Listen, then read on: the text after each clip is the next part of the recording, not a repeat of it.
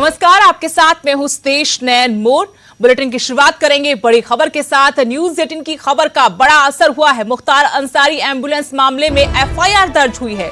UP के बाराबंकी में doctor Alka राय के खिलाफ केस दर्ज किया गया है। रजिस्ट्रेशन डॉक्यूमेंट्स और मकान का पता फर्जी पाया गया। इसके बाद ये कार्रवाई हुई है। एम्बुलेंस, अस्पताल और डॉक्टर पर एक्शन अब शुरू हो गया है। यूपी पुलिस ने ये कार्रवाई की है। आपको बता दें कि मुख्तार अंसारी जब मोहाली कोर्ट में पेश हुआ था तो यूपी नंबर की एम्बुलेंस में सवार होकर कोर्ट तक पहुंचा था और तब से ही इस एम्बुलेंस को लेकर तमाम सवाल उठ रहे हैं। अब न्यूज 18 की खबर का बड़ा असर, क्योंकि उस दिन से लेकर अब तक लगातार न्यूज 18 इस मुद्दे को जोर शोर से उठा रहा है। अब न्यूज 18 की खबर का बड़ा असर कि मुख्तार अंसारी एम्बुलेंस मामले में एफआईआर दर्ज हुई है। यूपी के बाराबंकी में डॉक्टर अलका राय के खिलाफ केस दर्ज हुआ है। रजिस्ट्रेशन डॉक्यूमेंट्स और मकान का पता फर्जी पाया गया। एम्बुलेंस, अस्पताल और डॉक्टर पर एक्शन शुरू हो गया है।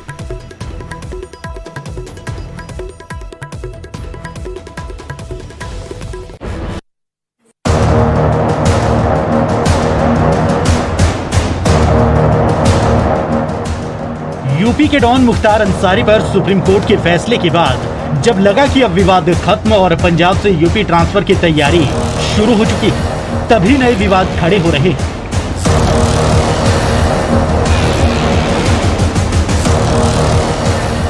बुधवार को अंसारी की मोहाली अदालत में पेशी की ये तस्वीरें सबने देखी। इन्हीं तस्वीरों के बीच ये एम्बुलेंस अचानक सुर्खियों में आ गई।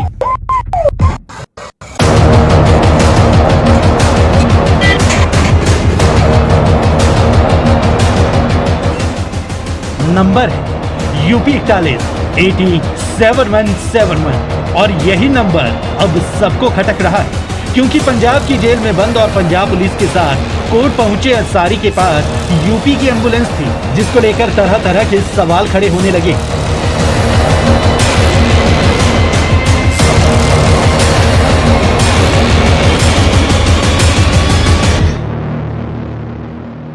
पहला सवाल तो यही कि आखिर अंसारी को पंजाब में यूपी की एक निजी एम्बुलेंस का इस्तेमाल करने की इजाजत कैसे मिल गई।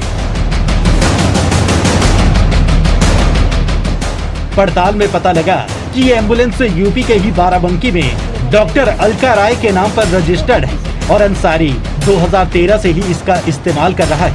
खबरें तो यहाँ तक है कि इस एम्बुलेंस के लिए पैसे भी मुख्तार अंसारी ने खर्च किए थे और यूपी सरकार का इल्जाम तो यहाँ तक है कि ये एक लग्जरी बुलेट प्रूफ एम्बुलेंस जिसका गलत ढंग से इस्तेमाल हो रहा है।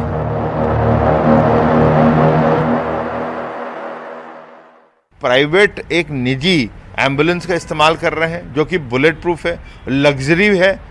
ये किस प्रकार से किस नियम के तहत कर रहे थे, इन सब चीज़ का तो पंजाब पुलिस को और साथ ही साथ उनकी सरकार, जो कांग्रेस की सरकार है, जो एक संरक्षण दे रही है एक माफिया, एक डॉन को, उसका जीता जागता सबूत आ जा रहा है। तो इसका जवाब तो कांग्रेस सरकार देगी। दिलचस्प बात यह है कि जिन अलका राय के अस्पताल के नाम पर ये एम्बुलेंस रजिस्टर्ड है, खुद उनको भी इसके मौजूदा हाल की कोई जानकारी नहीं। ये देखिए, अभी तक तो मुझे पता नहीं क्या क्या खबरें मिली हैं कि बाराबंकी में मेरा अस्पताल था और क्या क्या था। तो मैं बाराबंकी से तो मेरा कोई नाता नहीं है। हाँ, मुख्तार अंसारी हम लोगों के विधायक हैं और कुछ साल पहले बहुत पहले की बात है कि उन्होंने कुछ एक मैसेज भिजवाया था और कुछ कागज़ भिजवाए थे कि वो एक एम्बुलेंस ख़रीदना चाहते हैं। विधायक होने के नाते पब्लिक के लिए एम्बुलेंस चाहिए था और वो किसी हॉस्पिटल के ही नाम पे एम्बुलेंस अलॉट होता है, तो वो मेरा अस्पताल के नाम से वो लेना चाहते हैं। आप लोग भी जानते हैं, अगर हमारे विधायक जी ने हमसे कुछ मांगेंगे फेवर तो हम ना तो कह नहीं सकते। तो हम लोगों ने अपना कुछ कागज़ साइन किए थे, लेकिन ये बहुत पुराना विषय है और उसके बाद हमें उसके बारे में कोई जानकारी है ही नहीं जब तक आप लोगों ने मेरे संज्ञान में नहीं डाला। तो अब इसके बारे में मुझे भी जानकारी कर लेने दीजिए कि स्टेटस क्या है। लेकिन एक ये कोई प्रकरण काफ़ी साल पहले की है, 2013 की बात जो ये 2013 में 2009 के बाद की घटना है। तो उन्होंने कागज प्रोवाइड कराया था और आप लोगों ने इस पर सिग्नेचर किया। हाँ, मेरे भाई ने उसके ऊपर एज अ डायरेक्टर, नहीं मेरे नाम पे नहीं है, हॉस्पिटल के नाम पे है। हॉस्पिटल के नाम पे जी। वो ऐसा हम लोगों को था कि हाँ भाई हमारे हॉस्पिटल के नाम पे वो एम्बुलेंस अपने लिए वो खरीद रहे हैं, तो ऐसा हमारे संज्ञान में था। लेकिन उसके बाद उसका क्या हुआ हमें कोई जानकारी नहीं है। सूत्रों के हवाले से खबर तो यहाँ तक है कि यूपी नंबर की जो एम्बुलेंस एक हाई प्रोफाइल कैदी को अदालत लेकर पहुंची थी, उसका रजिस्ट्रेशन तक 4 साल पहले ही खत्म हो चुका है और बाराबंकी में स्थानीय प्रशासन के पास एम्बुलेंस से जुड़ी कोई जानकारी मौजूद नहीं। Bureau report, news 18 Haryana.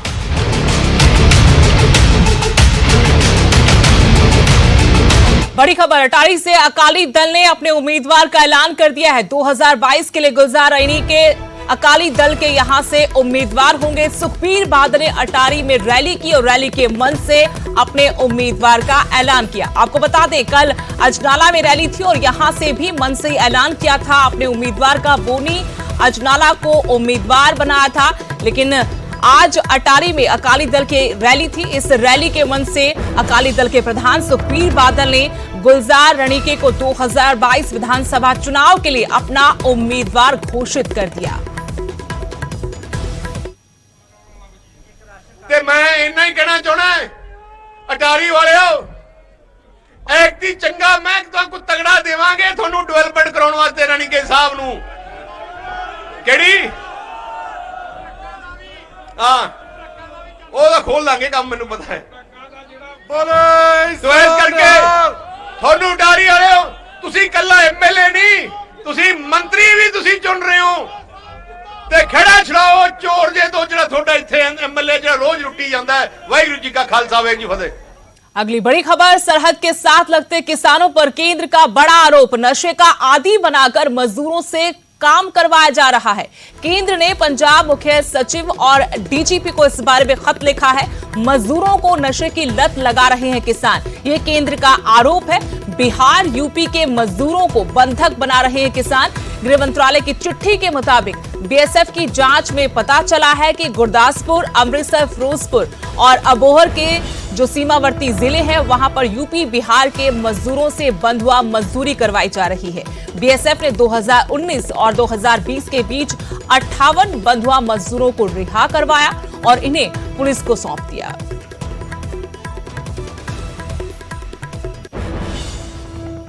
इधर पंजाब सरकार ने किसानों पर लगे आरोपों को बेबुनियाद बताया है। श्रम मंत्री बलबीर सिद्धू के मुताबिक ये सिर्फ किसानों के आंदोलन को बदनाम करने की कोशिश है। वहीं बीजेपी ने नशे के मुद्दे पर कैप्टन सरकार को घेरा है। पंजाब आउंदे ने खास करके बॉर्डर के इलाके दे विच कहंदे उन्हां नूं नशे दा आदी बना के उन्हां तो काम करवाया जांदा। आखिर की मायने ने इस चिट्ठी दे? बिल्कुल बेबुनियाद गल्लां ने ਇਹ ਔਰ ਸਿੰਗਲ ਬੰਦਾ ਪੰਜਾਬ ਦੇ ਵਿੱਚ ਰਾਤ ਨੂੰ ਰਹਿਣ ਨੂੰ ਜਗ੍ਹਾ ਮਿਲੀ ਔਰ ਬਕਾਇਦਾ ਉਹਨਾਂ ਵਾਸਤੇ ਅਸੀਂ ਫ੍ਰੀ ਆਫ ਕਾਸਟ ਜਿਹੜੇ ਟ੍ਰੇਨਾਂ ਕਰਕੇ ਦਿੱਤੀਆਂ, ਜਿਹਦਾ ਸਾਰਾ ਖਰਚਾ ਪੰਜਾਬ ਸਰਕਾਰ ਨੇ ਉਟਿਆ। ਔਰ ਉਸ ਤੋਂ ਬਾਅਦ ਵੱਡੀ ਗੱਲ ਕੀ ਸੀ, ਸਾਰਿਆਂ ਨੂੰ ਨਾਲ ਜਾਂਦਿਆਂ ਨੂੰ ਲੰਚ ਪੈਕ ਵੀ ਸਾਡੀ ਸਰਕਾਰ ਨੇ 3 ਦਿਨ ਦਾ ਰਾਸ਼ਨ ਦਿੱਤਾ ਵੀ ਤੁਸੀਂ ਰਾਜ ਖਾਂਦੇ ਰਹਿਣਾ। ਔਰ 45-46 ਦਿਨ ਲਗਾਤਾਰ ਲੋਕਾਂ ਨੂੰ ਲੰਗਰ ਛਕਾਉਣਾ ਤੇ ਫਿਰ ਉਹਨਾਂ ਦੇ ਘਰ ਤੱਕ ਪਹੁੰਚਾਉਣਾ, ਇਹ ਪੰਜਾਬ ਗੌਰਮੈਂਟ ਦੇ ਸੂਬੇ ਦੇ ਮੁੱਖ ਮੰਤਰੀ ਕੈਪਟਨ ਅਮਰਿੰਦਰ ਸਿੰਘ ਦੀ ਬਹੁਤ ਵੱਡੀ ਦੇਣ ਹੈ। ਲੇਕਿਨ ਜਿਹੜੇ ਅੱਜ ਇਹ ਲੋਕ ਸਾਡੇ ਤੇ ਇਦਾਂ ਦੇ ਇਲਜ਼ਾਮ ਲਾਉਂਦੇ ਨੇ ਜਾਂ ਗੱਲ ਕਰਦੇ ਨੇ, ਇਹ ਬੇਬੁਨਿਆਦ ਇੱਕ ਸਾਡੇ ਜਿਹੜਾ ਕਿਸਾਨੀ ਜਿਹੜਾ ਸੰਘਰਸ਼ ਹੈ ਉਹਨੂੰ ਤਾਰਪੀੜੋ ਕਰਨ ਵਾਸਤੇ ਇਹ ਡਰਾਮਾ ਕਰ ਰਹੇ ਨੇ। ਦੂਜੀ ਗੱਲ ਇਹ ਹੈਗੀ ਹੈ ਕਿ ਇੱਕ ਸਾਡੀ ਜੋ ਹਿੰਦੁਸਤਾਨ ਦੀ ਭਾਈਚਾਰਕ ਸਾਂਝ ਹੈ, ਇੱਕ ਜੋ ਸਾਡਾ ਯੂਪੀ ਬਿਹਾਰ ਨਾਲ ਪੰਜਾਬ ਦਾ ਜਾਂ ਦੂਜੇ ਸਟੇਟਾਂ ਦਾ ਰਿਸ਼ਤਾ ਹੈ, ਉਹਨੂੰ ਤੋੜਨ ਦੇ ਵਿੱਚ ਇਹ ਕੋਈ ਨਾ ਕੋਈ ਇੱਦਾਂ ਦਾ ਡਰਾਮਾ ਕਰ ਰਹੇ ਨੇ ਜਿਹੜਾ ਕਿ ਉਹ ਨਹੀਂ ਟੁੱਟੇਗਾ। ਔਰ ਪੰਜਾਬ ਦੇ ਵਿੱਚ ਜਦੋਂ ਅਸੀਂ ਮਜ਼ਦੂਰ ਆਉਂਦੇ ਨੇ ਯੂਪੀ ਬਿਹਾਰ ਤੋਂ, ਬਕਾਇਦਾ ਸਾਡੇ ਕਿਸਾਨਾਂ ਨਾਲ ਉਹਨਾਂ ਦਾ ਰਾਬਤਾ ਉੱਥੋਂ ਯੂਪੀ ਬਿਹਾਰ ਤੋਂ ਹੁੰਦਾ ਹੈ ਕਿ ਮੈਂ ਫਲਾਣਾ ਟ੍ਰੇਨ ਦੇ ਵਿੱਚ ਆ ਰਿਹਾ ਅਤੇ ਤੁਸੀਂ ਮੈਨੂੰ ਲੈਣ ਵਾਸਤੇ ਅੱਗੇ ਆ ਜਾਓ।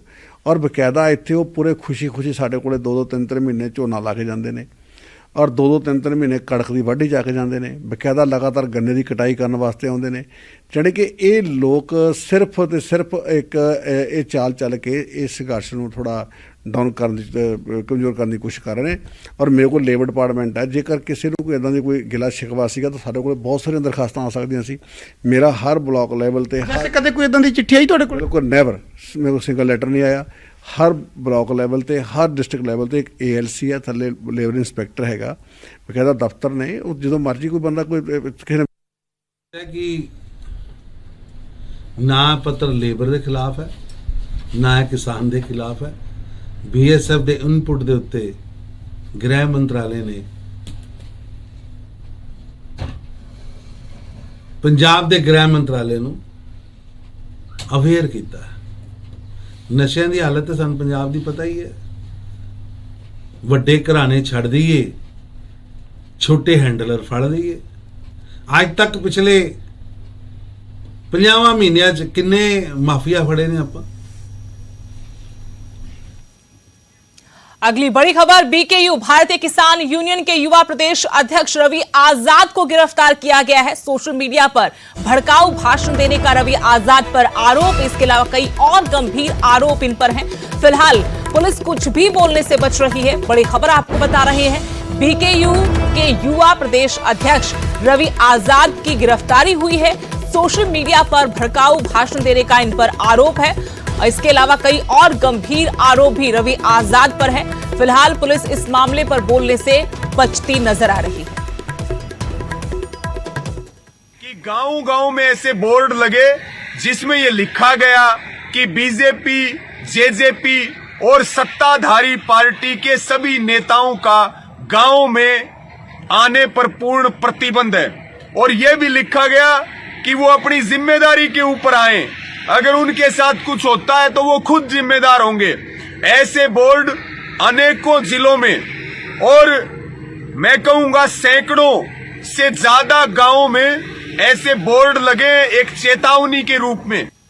बड़ी खबर पंजाब से, फरीदकोट के बहबल कलां और कोटकपुरा गोलीकांड मामले में पूर्व DGP सुमेध सिंह सैनी कोर्ट में पेश हुए। सुमेध सैनी के साथ साथ IG परमराज उमर नागल, पूर्व SSP चरणजीत शर्मा, पूर्व विधायक मनतार बराड़, SP बलजीत सिंह समेत सभी आरोपी कोर्ट में हाजिर रहे। सुनवाई के बाद कोर्ट ने केस की अगली तारीख 27 अप्रैल तय कर दी।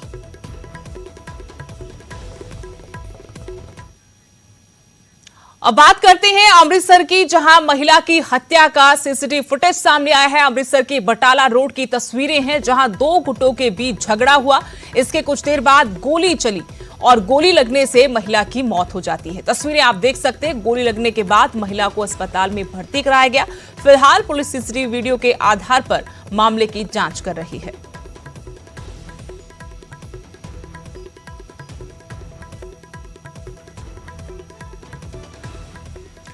डेप्यूटी CM दुष्यंत चौटाला ने गुरुग्राम को बड़ी सौगात दी है। दुष्यंत चौटाला ने गुरुग्राम फरीदाबाद रोड पर बने नवनिर्मित 4 लेन फ्लाईओवर का उद्घाटन किया। कोरोना काल में महज 21 महीनों में यह फ्लाईओवर बनकर तैयार हुआ है, जिसकी कुल लंबाई 514 मीटर और चौड़ाई 21 मीटर है। इसके निर्माण पर 11.5 करोड़ की लागत आई है। इस फ्लाईओवर के बनने से गुरुग्राम और फरीदाबाद के बीच काफी हद तक जाम की समस्या दूर होगी। आपको बता दें कि 14 जून 2019 में इस फ्लाईओवर का निर्माण शुरू हुआ था। गुरुग्राम और फरीदाबाद वासियों के लिए फ्लाईओवर की बड़ी सौगात है।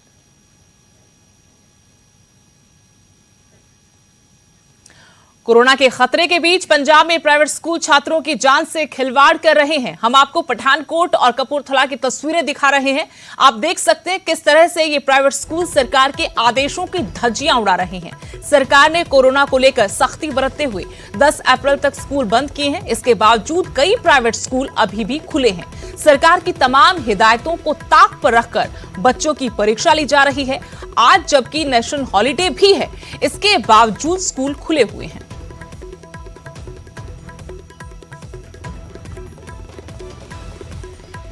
और यहां रुकेंगे छोटे से ब्रेक के लिए।